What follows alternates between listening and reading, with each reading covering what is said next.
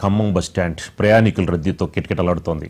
ముఖ్యంగా తెలంగాణ ప్రభుత్వం ప్రవేశపెట్టిన మహాలక్ష్మి పథకం ద్వారా మహిళలు పెద్ద ఎత్తున ఉచిత బస్సు ప్రయాణాలు చేస్తున్నారు.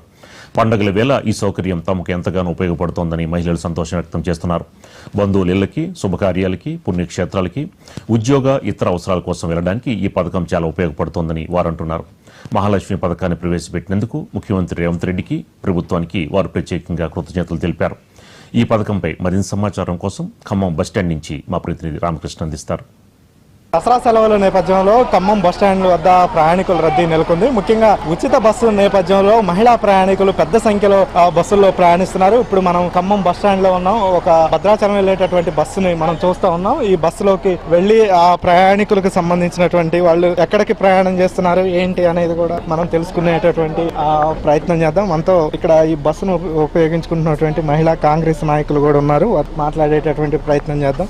చెప్పండి అండి, ఎట్లా ఉంది ఈ ఫ్రీ బస్ అనేది? చాలా బాగుంది. మేము కూడా అక్కడ ఖమ్మం నుంచి బయలుదేరి పాలవంచ మా చుట్టాల ఇంటికి వెళ్ళటానికి అని చెప్పేసి బస్ ఎక్కడం జరిగింది. ఈ రోజు మహిళలందరూ కూడా ఎంతో సంతోషంగా ఉన్నారు. ఈ కాంగ్రెస్ ప్రభుత్వంలో రేవంత్ రెడ్డి గారు పెట్టినటువంటి ఫ్రీ బస్ సౌకర్యాన్ని మహిళలందరూ కూడా ఉపయోగించుకుంటూ వాళ్ళు ఎక్కడికి ఇవాళ ఈ ఖమ్మం నుంచి పాలవంచ గానీ భద్రాచలం గానీ వెళ్ళాలంటే రావటానికైతే ఏంటి, పోవటానికైతే ఏంటి 200-250 అవుతుంది. కానీ ఈ రోజు కాంగ్రెస్ ప్రభుత్వం ఈ ప్రజాపాలన వల్ల మేము అందరం కూడా చాలా సంతోషంగా ఉన్నామని చెప్పేసి ఇప్పుడు బస్ ఎక్కిన దగ్గర నుంచి కూడా వాళ్ళని అడుగుతుంటే చెప్తున్నారు. మాకు కూడా మా గవర్నమెంట్ లో మహిళలందరూ కూడా ఎంత సంతోషంగా ఉంటాం, మాకు చాలా సంతోషంగా ఉంది. ఇదే కాకుండా ప్రతి పథకాన్ని కూడా మహిళలకి పెద్దపీట వేస్తూ మహిళల్ని ముందంజలో ఉంచుతున్నందుకు కాంగ్రెస్ ప్రభుత్వానికి మరొకసారి ధన్యవాదాలు తెలియజేసుకుంటూ ఈ అవకాశాన్ని ఇచ్చినందుకు మహిళలందరూ కూడా దాన్ని వాడుకోవాలి, దాని వల్ల మహిళలందరూ కూడా లబ్ధి పొందాలని చెప్పేసి మేము కోరుకుంటాం. చాలా బాగుందండి. మహిళలకి చాలా ఉపయోగకరంగా ఉంది. దేనికైనా వాళ్ళు బయటకు వెళ్ళాలంటే డబ్బులు చిల్లర ఉందా లేదా అని చూసుకోకుండా బయలుదేరి వెళ్ళిపోగలుగుతున్నారు. భర్తలను అడిగితే వాళ్ళు ఇస్తారు, ఇవ్వపోతారు. పిల్లల దగ్గరికి వెళ్ళి చూడాలనిపిస్తుంది.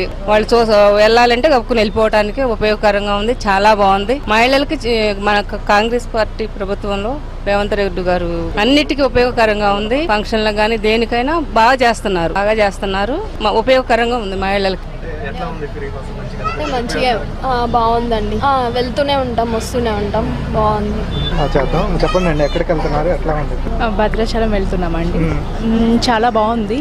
ఇంకోటి ఏంటంటే చిన్న ఉద్యోగస్తులకు కానీ స్కూల్ పిల్లలకు కానీ అండ్ స్టూడెంట్స్ కానీ ఇది ఎంతో ఉపయోగకరంగా ఉంటుంది.